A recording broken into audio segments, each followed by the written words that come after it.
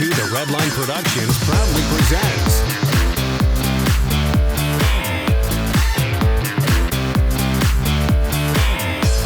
today's 2 The Redline review was made possible in part by Hey YouTube. Well, thanks for joining me today. I want to go over this 2011 Audi A3 premium front track. Now, Audi's A3 is actually one of their oldest models in their lineup. This model first came out in 2006, and it's actually based not on the current Golf GTI, which is the MK6. This one is actually based on the MK5 when it came out, because think about it, in 06, the new one had not come out yet. So this one is a little bit on the old side, especially compared to the current generation MK6 GTI. There's a lot of things that kind of remind you that this one is the older model on the interior and the design, and I'm going to go over all that for you. Now, 2006 was the first model year. 09 is when they actually updated the car. When it first came out, it used to have a 3.2 V6 in addition to the 2-liter turbo 4. Now you only get the turbo 4, or you can get the TDI turbo diesel. The diesel engine actually came in 2010. That's when they stopped production of the V6 to give you the diesel engine. I would love to show you guys the diesel, but this one's just a 2.0T, essentially the same. It is the same engine out of the GTI. It's even transversely mounted. This particular one is a very beautiful blue color, and it's probably the most basic model that you can get. I mean, it's a premium front track. It's front-wheel drive. 6-speed dual-clutch automatic is the transmission. It's just got the standard headlights. There's no LED running lights that Audi are famous for. It does have a panoramic glass sunroof though, so I'm not sure if that's standard or an option. It's still a really sharp-looking car, but the mechanicals and the bones of the vehicle have definitely aged a bit. Coming to the interior, it does have your black leather upholstery. No push-button start or keyless access or anything like that on this particular trim. Getting into the vehicle, it actually looks kind of dated in here in terms of the design.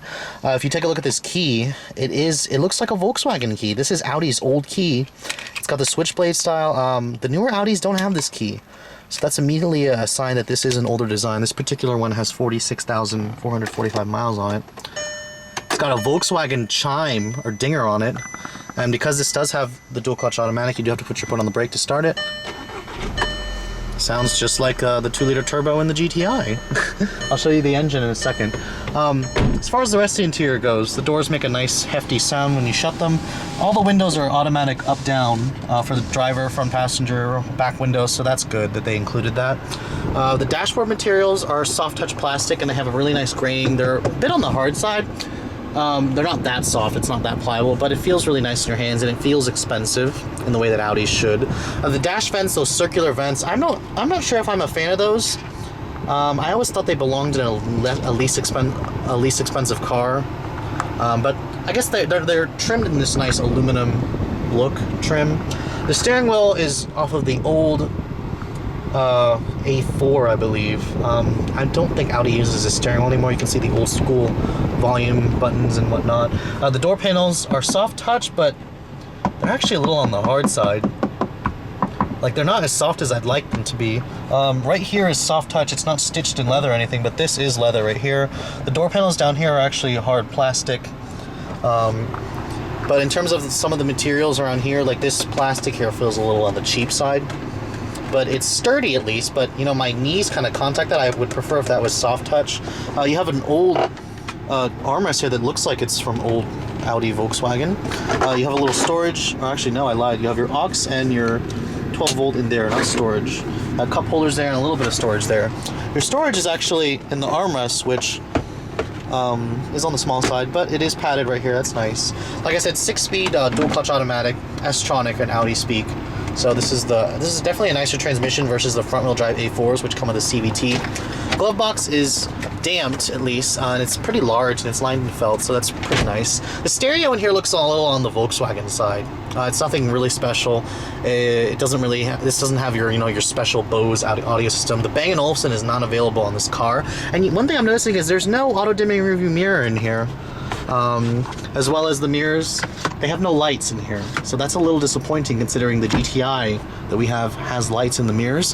What you do get is this nice large glass sunroof that tilts, and then it actually opens all the way as well. It doesn't open to the back, but it's not automatic, so that's a little weird.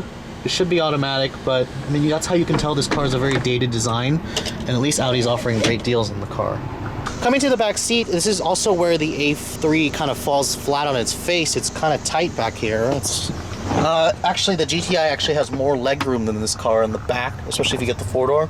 Nevertheless, you do have an armrest still here with your storage and whatnot, cup holders as well, so they didn't at least skimp there. But the legroom in here is definitely on the tight side, and the seat back here doesn't have any map pockets or anything like that. Close the door, still makes a really nice sound, and it's the same materials from the front seat coming over to the back, but no map pockets or anything down here in the... Now this is a hatchback or wagon, so you do have pretty good cargo capacity. It's nicely lined as well, but you don't have your aluminum trim or hair or anything like to make the back end or the rear area a little more special.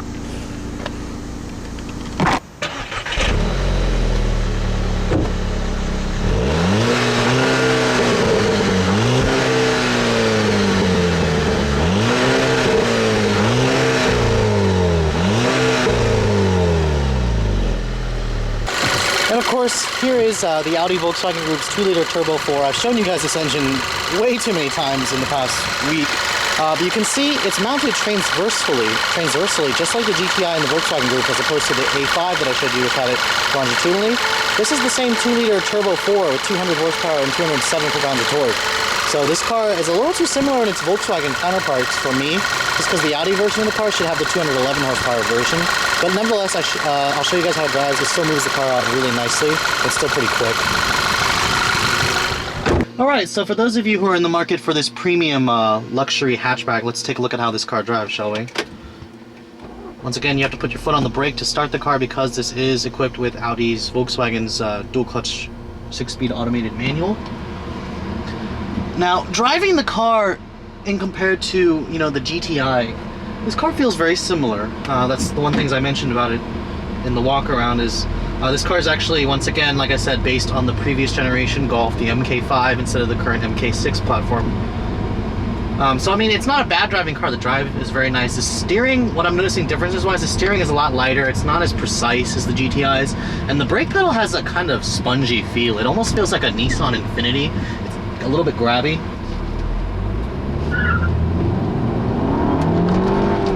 A little bit of a torque steer there. A little bit of tug at the wheel. You can see the car's fantastically fast still. It's weird to me because, you know, you get an A4 that's front-wheel drive like this car and it has a CVT, but this car has the 6-speed dual-clutch automatic. I kind of like how this one comes with the dual-clutch automatic more than the CVT and the A4. But, I mean, like I said, this car is very Volkswagen in the way it feels and the way it's equipped. It's kind of just like a premium Golf is what this car is. When you're kind of accelerating normally, you will notice the GSG feels a little bit weird. But I mean, that's the way DSGs always feel, and I'm trying to figure out exactly, you know, why you would choose this car over, you know, it's the GTI cousin. And I think I'm finally figuring out this car rides a lot softer than the GTI. The steering is a lot easier. It's not as precise. You know, a lot of people, sometimes people don't like that you know, that ridiculously preciseness of a wheel, and they think it's too precise, so they kind of freak out a little when they turn the wheel and it changes direction. But I mean, the car still responds to your steering inputs just fine. This car's just, you know, it's a lot more comfortable. The seats are nicely coated in leather. I mean, of course you can get that with the GTI. There's power seats though. You can't get full power adjustments on a GTI, and you do get, you know, nice dual zone automatic climate control, unavailable on the GTI in the US, of course.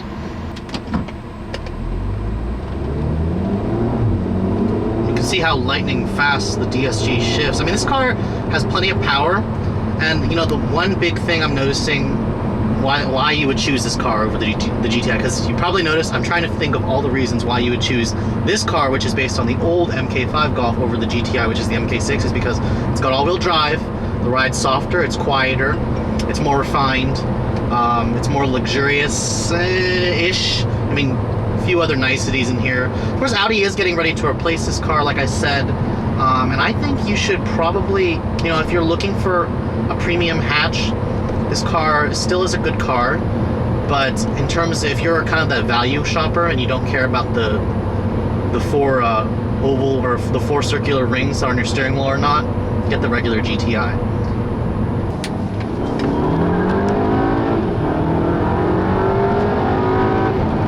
course, this car is missing the GTI's paddle shifters, but I believe you can get that as an option with the S-Line Sport package. But anyways, guys, if you're in the market for a premium, premium hatchback luxury vehicle, the kind of deals that Audi is offering on the A3, or even in the used car market, I think are worth taking a look at. But if you wanted to wait for the newer model, I suggest that as well. Anyways, thank you so much for watching, guys. Have a great day.